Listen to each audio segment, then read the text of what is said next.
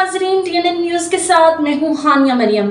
अब रुक करते हैं हेडलाइंस की तरफ। खबर शामिल करते हैं ननकाना साहब से। ननकाना साहब डिप्टी कमिश्नर ने अस्पतालों में डॉक्टर्स और अमले की हाजिरी समेत माहौल को साजगार बनाने के लिए पौधे भी लगाए।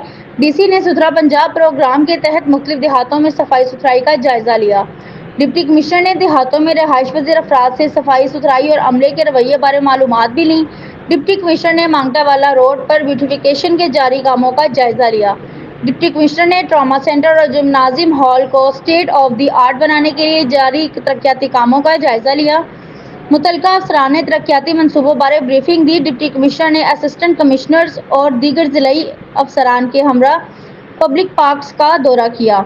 डीसी ने पब्लिक पार्क्स में तज़य्युन और आराइश के जारी कामों का जायजा लिया। अफसरान और बच्चों के हमरा शजरकारी भी की। विजिट का मकसद तरक्याती मनसूबों के पेश रफ्त और मटेरियल की क्वालिटी का जायजा लेना है।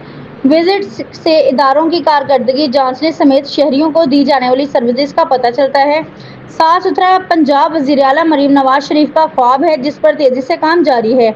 शहरियों को बुनियादी सहूलियात समेत तिब्बी सहूलियात की फ्राहमी अव्वलीन तरजीह है। अस्पतालों में डॉक्टर्स और अमले की हाजिरी समेत मुफ्त अद्वियात की दस्तयाबी को हर सूरत यकीनी बनाया जाएगा। तरक्याती मनसूबों की बरवक्त तकमील, पायदारी और शफाफियत अव्वलीन तरजीह है।